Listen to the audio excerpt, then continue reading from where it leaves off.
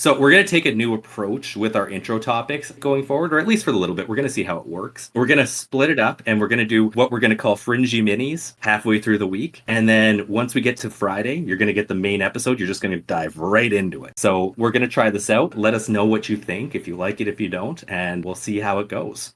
Chelsea, I found a fun article to start this one off. I think it's the same professor that makes all these claims, but it's always good when you see the university attached to it. So this is an article from CBS News, written by Mike Sullivan on July 7, 2023. The title, Harvard professor Avi Loeb believes he's found fragments of alien technology. Oh. So let's see what he actually has here. I think this is the guy who claimed that Oumuamua, when it came through, that asteroid that went through our solar system, he said it was likely alien technology. So I'm pretty sure he's just a tenured professor who likes to make UFO claims. I admire that, actually.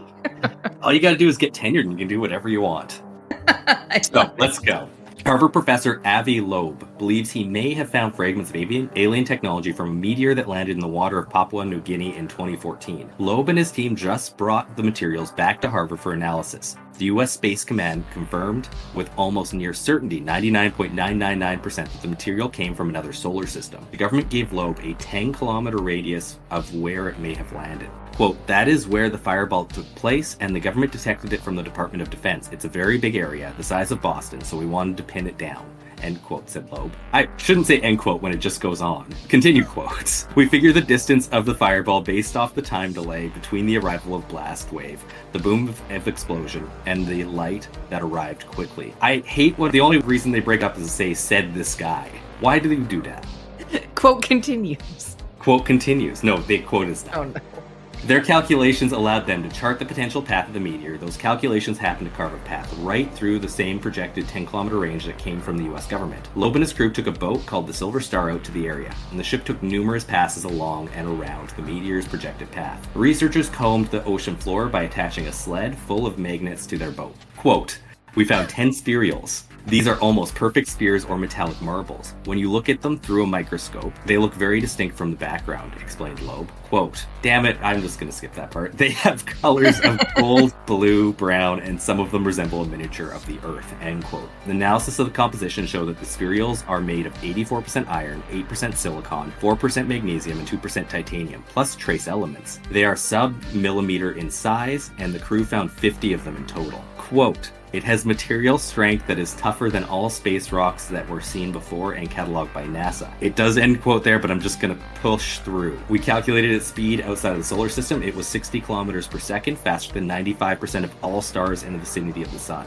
The fact that it was made of the material tougher than even iron meteorites and moving faster than 95% of all stars in the vicinity of the sun suggests potentially it could be a spacecraft from another civilization or some technological gadget. End quote. He likens the situation to any of the Voyager spacecrafts launched by NASA. Quote, they will exit the solar system in 10,000 years. Just imagine them colliding with another planet far away 1 billion years from now. They would appear as a meteor of a composition moving faster than usual, explained Loeb. The research and analysis is just beginning at Harvard. Loeb is trying to understand if the spherules are artificial or natural. If they are natural, it will give the researchers insight into what materials may exist outside of our solar system. If it is artificial, the questions really begin. Quote, it will take us tens of thousands of years to exit our solar system with our current spacecrafts to another star. This material spent that time arriving to us, but it's already here. We just need to check our backyard to see if we have packages from the interstellar Amazon that takes billions of years for the travel. End quote. Guy thinks he's funny too, eh?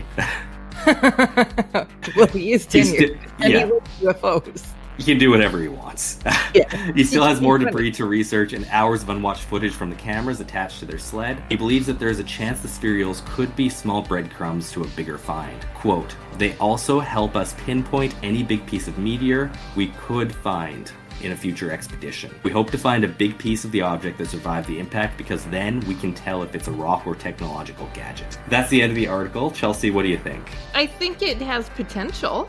Yeah, and it is interesting to kind of see it. Basically, I like the way he explained it, like our Voyager space probe has been out there for 40 years now, 50 years now, and it'll be dead by the time it hits anything. Yeah. And if it did hit something, it wouldn't really resemble the state it was in when it was launched. So it would look very crude, but there would be signs of, like, I guess intelligent design behind it is a weird way to put it. But yeah, you got to look at it. No, I think that's a perfect way to put it. And like, universe has been around a lot longer than we have. So it would make sense if another civilization got to our level and did a space probe like that, it would eventually crash somewhere. Yeah. Or, because they thought there might be life here, they saw the dinosaurs. They're like, let's go get the dinosaurs.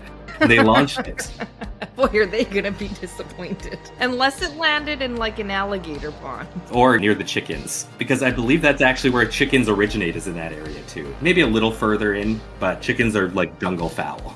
Or in Africa. I love that. I think it's super exciting, but I feel like I'm always let down in stories like this. So this guy doesn't let down. He's tenured. He don't give a shit. Yeah. If we never hear of this again, I'm going to assume it was some sort of intelligent design. If not, I guess we're going to hear that it was just meteorite. It's either we'll hear about it again or it will be too boring to actually follow up on. But I don't think this will be the last time we hear from Avi yet. For sure not. But I feel like if we don't hear about it, it probably was intelligent design. Covered up. Yeah, exactly. Chelsea, anything else you want to add to this? I haven't seen anything like that on my travels recently that I can comment on, really. So I think that's it. Okay, that does it, I guess, for this part of the week. Stay tuned for later in the week when you get the full episode.